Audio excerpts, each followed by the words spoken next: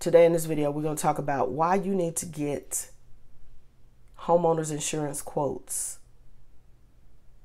well before it's time for closing so that it doesn't blow your deal. Check it out.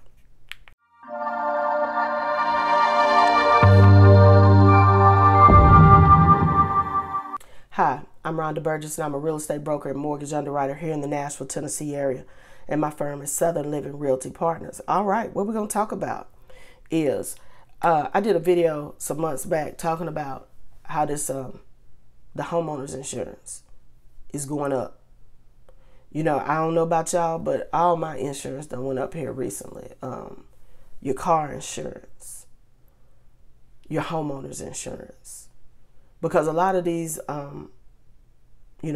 insurance companies, big and small, they say they've been suffering so many losses with just different, not only, natural disaster, weather-related disasters and stuff like that, but just in general. They say they're taking losses, or they're not making the profit that they, promised to their shareholders. And so they've been increasing the rates on your car insurance, on your renter's insurance, on your homeowner's insurance.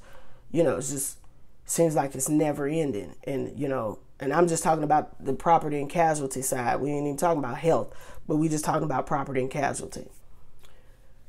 As I've told y'all before, when you find a house, a property that you are interested in, whether you're going to be buying it as your primary residence, you're buying it as a second home, a vacation home, or you're buying it as an investment property. It doesn't matter what the reason or the use of this property is going to be. As soon as you identify a property, you should contact your insurance person and get you a quote on the homeowner's insurance, because it might blow your mind. And it might blow your whole deal if it's too expensive. That's just all there is to it. It may blow the whole deal. Because if you're working, again, we're working on your debt to income ratio. If your homeowner's insurance is going to be too high, it may blow the whole deal.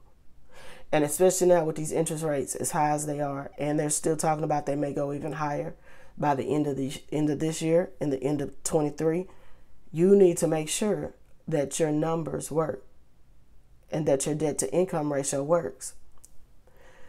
Another piece of advice I would give you about that homeowner's insurance, yes, you should shop around, get you 2 or 3 quotes. Make sure that when you check around for the homeowner's insurance, each person who's going to be on the loan, who's going to be on the mortgage, you have them run by your insurance company. What I mean is, let's say your boyfriend, girlfriend, you're buying a house together. Okay? Both of you are going to be on the mortgage. Then when you talk to the insurance people, you should say, Jane Doe, this is her date of birth, this is her information, and John Doe are going to be on this loan, because I have seen this happen also as an underwriter. Let's say Jane Doe has had a very clear insurance history. She haven't had nothing go on. She's been squeaky clean, everything been fine, car insurance, cool, everything. Let's say she's had other places before, renter's insurance, fine, cool, wonderful, no problem. But let's say John has owned a property before. Maybe John owns a property now, or John owned another property in the past, or whatever. And John filed multiple claims, or there were multiple claims filed against John and his property. Maybe John owned a house, and somebody slipped and fell in the house. Maybe lightning struck the house. Maybe the roof had hail damage. Maybe his car parked at his house had hail damage. Any type of thing. You just don't know these days. John may, because of John's past history with insurance, and believe me, there's an insurance bureau, just they keep up with it. You understand what I'm saying? So don't think just because you may have had these claims on State Farm, that Farm Bureau won't know, or farmers won't know, or whoever won't know when they pull you up. Believe me, they track this. Just like you have a medical insurance bureau that keeps track of everything.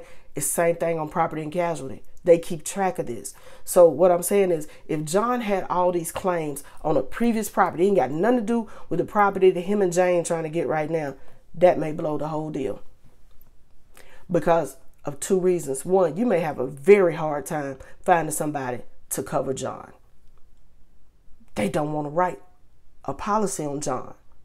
John is expensive. John is a liability in this situation because John has had all these previous claims. Okay? So maybe Jane and John may have a very hard time finding somebody to write that policy because of John's past history. Then let's say we do find somebody to write a policy for them too. It's liable to be, the premium liable to be up here. Whereas to make your DTI work, that premium needs to be right here. But because of John's previous history, it's going to be up here. And that done blowed the whole deal because that's blowing everybody's debt to income out the water.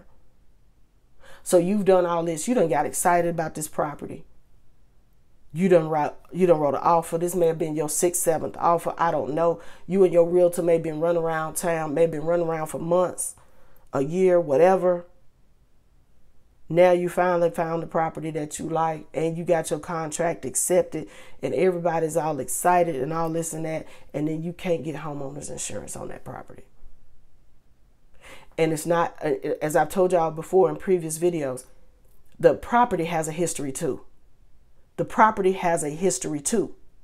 So if there have been a lot of claims on that property, these insurance companies, man, they cover themselves.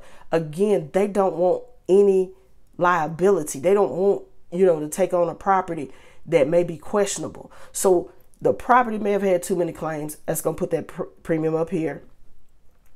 And or either person on this loan may have had too many claims in the past. This could be, it doesn't have to necessarily be boyfriend, girlfriend. It could be your husband, your wife. If y'all hadn't been together before, whatever. You understand what I'm saying?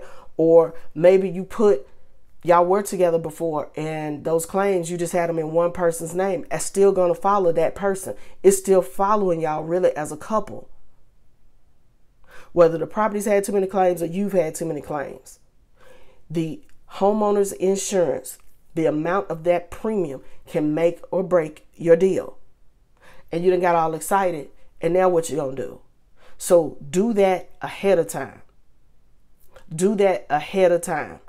As soon as you see a property that you're interested in, even before you go, write that offer on it so that you're not wasting nobody's time. You're not wasting the realtor's time, your realtor's time, the other realtor's time, whoever, the seller's time. You ain't wasting nobody's time. Go ahead and call your insurance agent and say, hey, me and John are looking at this property.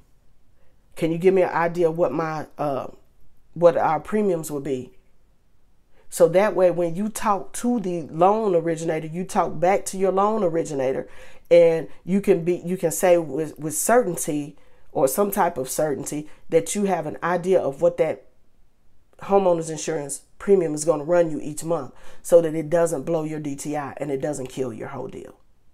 Again, my name is Rhonda Burgess, and I am a mortgage underwriter and real estate broker here in the Nashville, Tennessee area. If this video has helped you, please consider giving the video a thumbs up. Consider subscribing. Thank you, and as always, have a blessed day.